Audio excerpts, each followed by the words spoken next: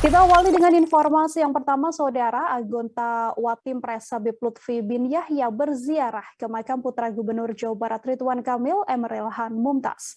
Ziarah Habib Lutfi ke makam Eril ini dilakukan pada Minggu 19 Juni kemarin di Cimaung, Kabupaten Bandung, Jawa Barat.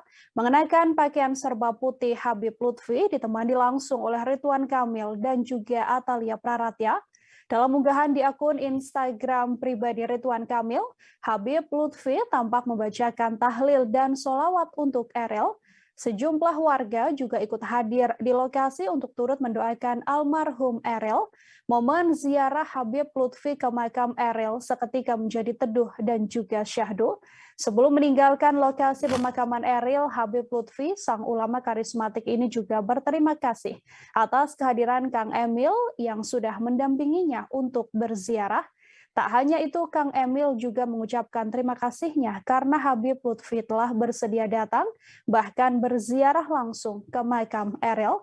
Tak hanya berziarah, ulama tersebut juga datang ke kediaman Ridwan Kamil dan sempat santap makan bersama dengan sang gubernur.